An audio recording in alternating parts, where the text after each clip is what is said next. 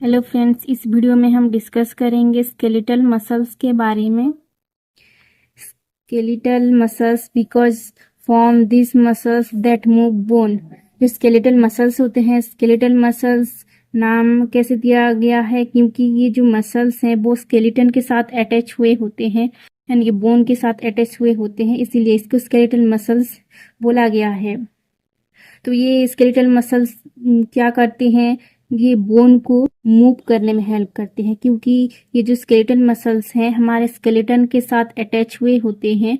तो जब हमारे बोन मूव होता है तो ये स्केलेटल मसल्स भी मूव करते हैं क्योंकि ये एक दूसरे के साथ ज्वाइंट हुए हुए हैं। स्केलेटल मसल्स स्केलेटन के साथ ज्वाइंट ज्वाइंट है, बोन के साथ ज्वाइंट है। ये इसका स्केलेटन मसल्स का स्ट्रक्चर कैसा होता है?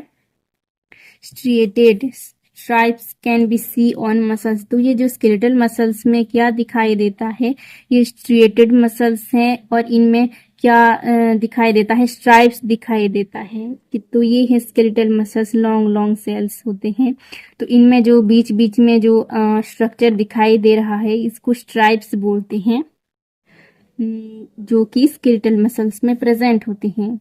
Under microscope these muscles striated and striated this is also known as striated muscles. तो अगर हम ये स्केलेटल मसल्स को अंडर माइक्रोस्कोप में देखते हैं तो माइक्रोस्कोप में कैसा दिखाई देता है ये मसल्स? तो इसमें स्ट्राइप दिखाई देता है, स्ट्रिएटेड दिखाई देता है, ऐसे लंबे लंबे स्ट्राइप्स दिखाई देते हैं जिसको क्या बोलते हैं, इसीलिए इसको स्ट्रिएटेड मसल्स बोला जाता है। Present dark and light band. तो स्केलेटल मसल्स पे जो स्ट्रिएटेड दिखाई देता है, जो स्ट्राइप्स होता है, ये इसमें क्या प्रेजेंट होते हैं, अंदर क्या प्रेजेंट होते हैं?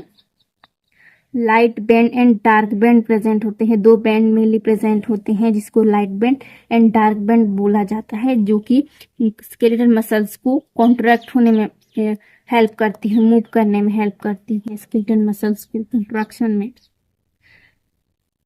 वॉल्यूंटरी। तो ये स्केलेटल मसल्स कैसे होते हैं? ये वॉल्यूंटरी होते हैं। वॉल्यूंटरी का मतलब है it is under conscious control. तो स्केलेटल मसल्स हमारे मर्जी में मूव होता है, जैसे कि ये जो स्केलेटल मसल्स हमारे बोन के साथ अटैच हुए होते हैं, तो जब हम बोन को मूव करते हैं तो उसके साथ साथ स्केलेटल मसल्स भी मूव होते हैं, जो कि हमारे कंट्रोल में ही मूव होती हैं, हमारी मर्जी से ही ये स्केलेटल मसल्स मूव होती हैं।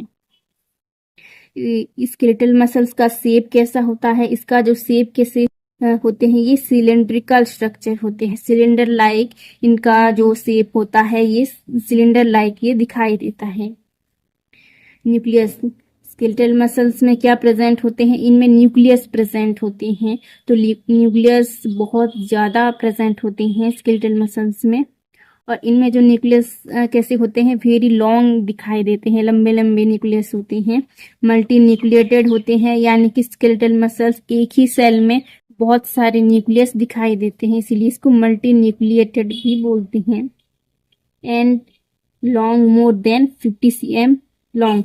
तो इनमें जो न्यूक्लियस होता है इसका जो लेंथ होता है, लंबे कितना होते हैं? एक न्यूक्लियस का 50 cm तक ये लॉन्ग होते हैं न्यूक्लियस स्केलेटल मसल्स में। Sarcomere present. स्केलेटल मसल्स में क्या प्रेजेंट होते हैं? सार्कोमियर प्रेजेंट होते हैं। Repeatedly present light and dark band functional unit.